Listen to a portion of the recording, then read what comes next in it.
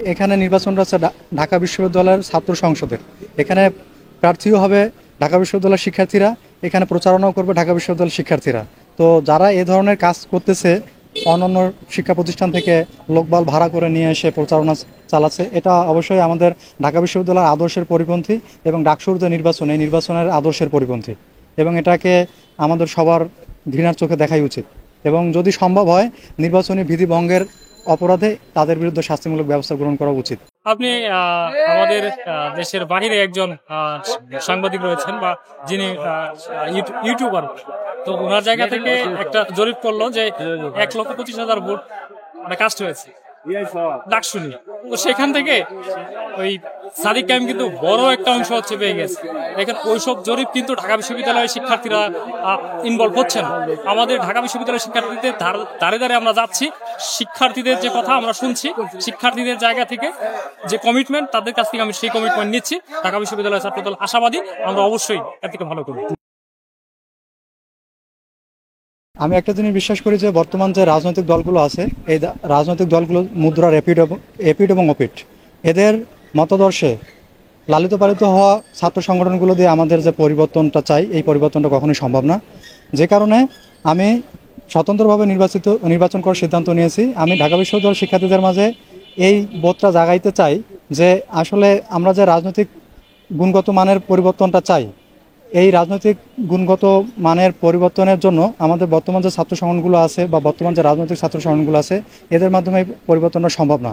কারণ তারা নির্বাচিত হয়ে সর্বোচ্চ কী করতে পারবে? সর্বোচ্চ তাদের যে রাজনৈতিক দল আছে, সেই রাজনৈতিক দলের এজেন্ডা ক্যাম্পাসে বাস্তবায়ন করতে পারবে, তাদের মেইন দলের নেতারা শক্তিশালী করতে পারবে। তারা কিন্তু একটা নির্দিষ্ট রাজনৈতিক সংস্কৃতিতে বেড়ে ওঠে নতুন কিছু করা তাদের পক্ষে সম্ভব না, বা তাদের মাথায় সেটা আসবেও না। যে কারণে আমরা যদি স্বতন্ত্র যারা আছে তাদের মধ্যে থেকে কাউকে নির্বাচিত করি, তাহলে সে একটা নতুন ধারার রাজনীতি বাংলাদেশে প্রবর্তন করতে পারবে। এতে আমাদের যে চাওয়া রাজনীতির গুণগত মানের পরিবর্তন, এটা সম্ভব হবে।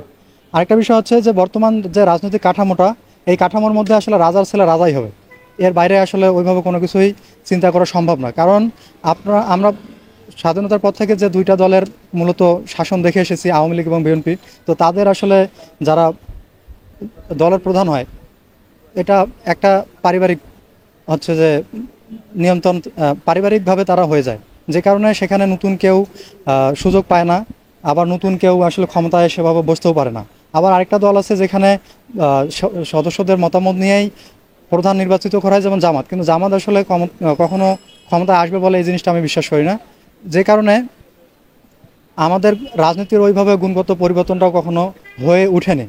যে এখন যেহেতু আমাদের একটা রাজনৈতিকভাবে পরিবর্তনের সময় এসেছে, যে যদি আমরা অরাজনৈতিক কাউকে নির্বাচিত করতে পারি স্বতন্ত্র প্রার্থীগুলোর মধ্যে থেকে, সেক্ষেত্রে আমাদের অদূর ভবিষ্যতে বাংলাদেশের রাজনৈতিক সংস্কৃতির একটা পরিবর্তন হওয়া সম্ভব। আমি যদি নির্বাচিত হই, তাহলে আমার মূল কাজ হবে শিক্ষার্থীদের চাওয়া অনুযায়ী কাজ করা। আমাদের শিক্ষার্থীদের বিভিন্ন সমস্যা আছে, সেই সমস্যাগুলো তাদের দাবি অনুযায়ী আমি এগুলো সমাধান করার চেষ্টা করব। তবে আমার নিজস্ব কিছু পরিকল্পনাও আছে। যেমন আমাদের একটা বিশ্ববিদ্যালয়ের প্রধান কাজ হচ্ছে শিক্ষা এবং গবেষণা। ঢাকা বিশ্ববিদ্যালয় এই দিকটাতেই সবচেয়ে বেশি পিছিয়ে। আমার নির্বাচনী ইশতেহারের প্রথম যে আমি ইশতেহারটা দিয়েছি, সেটা হচ্ছে বাংলাদেশে ঢাকা বিশ্ববিদ্যালয়ের শিক্ষার মানটাকে বাড়ানোর জন্য একটা আমি পরিকল্পনা সেখানে দিয়েছি। ঢাকা বিশ্ববিদ্যালয়ের গবেষণা কাজে বর্তমান বরাদ্দকৃত টাকাটাকে আমি আরও 3 গুণে রূপান্তর করতে চাই, এরকম একটা আমি ইশতেহার সেখানে রেখেছি। এছাড়াও আমার অন্যান্য পরিকল্পনাগুলোর মধ্যে রয়েছে আমাদের মেডিকেল সেন্টারটা ডিজিটাল করা, আমাদের রেজিস্টার বিল্ডিং ডিজিটাল করা, আমাদের পরিবহন ব্যবস্থা একটা নতুন পরিবহন ব্যবস্থা গড়ে তোলা, যেমন স্বল্প টাকায় শিক্ষার্থীরা যাতে ক্যাম্পাসের যে কোনো প্রান্তে নির্বিঘ্নে যাতায়াত করতে পারে। আমাদের মেয়েদের নিরাপত্তা নিয়ে আমাদের অনেক সমস্যা কথা শুনি, মেয়েদের নিরাপত্তা নিয়ে আমার একটা পরিকল্পনা আছে।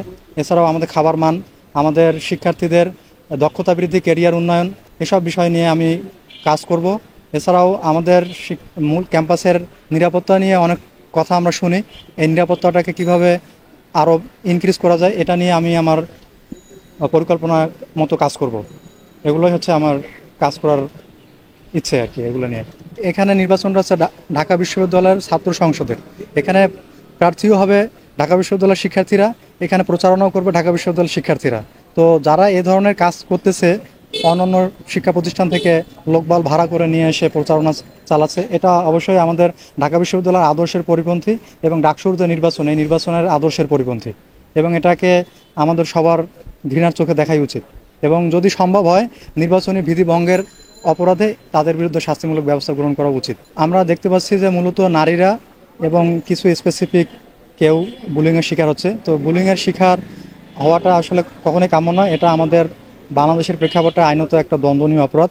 এটাকে আমাদের সবার এড়িয়ে চলা উচিত, এবং যারা হচ্ছে এই বুলিংগুলো ছড়াচ্ছে তাদের বিরুদ্ধে আমাদেরকে সামাজিকভাবে এবং আইনগতভাবে আমাদের যদি বিরুদ্ধে তাদের সামাজিক এবং আইনগতভাবে যদি আমরা তাদের বিরুদ্ধে দাঁড়াতে পারি, তাহলে আমার মনে হয় যে এই বুলিংগুলো অদূর ভবিষ্যতে হবে না।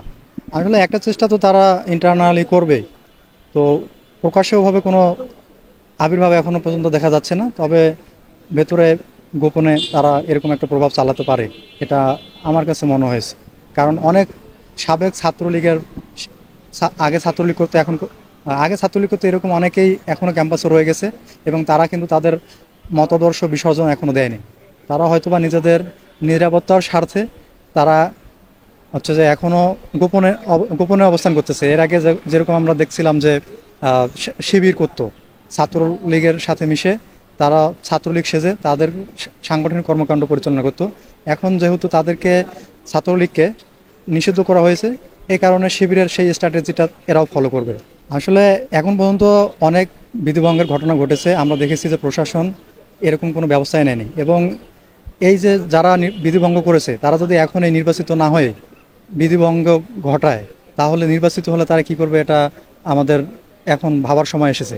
কারণ যারা নির্বাচিত হওয়ার আগেই ক্ষমতার দাপট দেখায়, নির্বাচিত হলে তো অবশ্যই তারা ক্ষমতার অপব্যবহার করবে। এবং প্রশাসনকে এ বিষয়ে কোনো পদক্ষেপ নিতে দেখা যায়নি।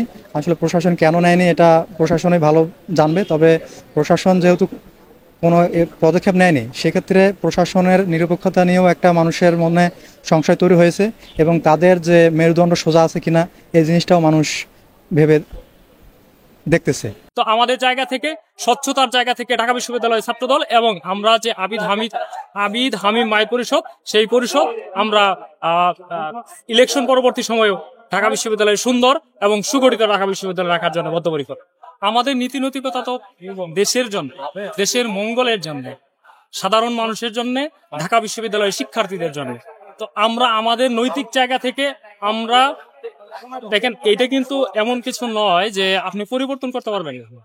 পরিবর্তনের ধারা কিন্তু বয়ে যাচ্ছে। আমরা আমাদের জায়গা থেকে দলের যে কমিটমেন্ট, আমাদের স্বচ্ছতার যে জায়গা, প্রত্যেকটি নেতাকর্মী আমরা সেই বিষয়ে বদ্ধপরিকর, আমরা সেই জায়গা থেকে কাজ করব। আপনি আমাদের দেশের বাহিরে একজন সাংবাদিক রয়েছেন, বা যিনি ইউটিউবার, তো ওনার জায়গা থেকে একটা জরিপ করলো যে 1,25,000 ভোট কাস্ট হয়েছে ডাকসু নিয়ে। তো সেখান থেকে ওই সাদিক কায়েম কিন্তু বড় একটা অংশ হচ্ছে পেয়ে গেছে। দেখেন, ওইসব জরিপ কিন্তু ঢাকা বিশ্ববিদ্যালয়ের শিক্ষার্থীরা ইনভলভ হচ্ছে না। আমাদের ঢাকা বিশ্ববিদ্যালয়ের শিক্ষার্থীদের দাঁড়ে দাঁড়ে আমরা যাচ্ছি, শিক্ষার্থীদের যে কথা আমরা শুনছি, শিক্ষার্থীদের জায়গা থেকে যে কমিটমেন্ট, তাদের কাছ থেকে আমি সেই কমিটমেন্ট নিচ্ছি। ঢাকা বিশ্ববিদ্যালয়ের ছাত্রদল আশাবাদী আমরা অবশ্যই এর থেকে ভালো করব। দীর্ঘ 15 বছর ফেসিবাদের সাথে লড়াই করে ঢাকা বিশ্ববিদ্যালয় এবং সারা বাংলাদেশের বৃহৎ ছাত্রদলের অংশ বিভিন্নভাবে নির্যাতনের শিকার হয়েছে। তারপরেও কিন্তু দেশ এবং মানুষের কথা কিন্তু ছাত্রদল বলে গেছে। তো দীর্ঘ ফেসিবাদ সময়েই ঢাকা বিশ্ববিদ্যালয় এবং সারা দেশের ছাত্রদল কর্মীরা কিন্তু দমে যায়নি। এখন আমাদের সময় এসেছে, আমাদের কোনো হারার কিছু নেই। আমাদের পরিবার পরিজন আমরা অনেক কিছু হারিয়েছি, অনেক কিছু হারিয়েই এই জায়গায় দাঁড়িয়েছি। আমাদের জায়গা থেকে মানুষের জন্য এখন যেভাবে দাঁড়ে দাঁড়ে যাচ্ছি, আমাদের এই ইলেকশন পরবর্তী সময়ে অবশ্যই দেখবেন এই ছাত্রদল এবং এই আবিদ হামিম মায়ের পরিষদ অবশ্যই আরো বেশি বেশি মানুষের দাঁড়ে দাঁড়ে যাবে।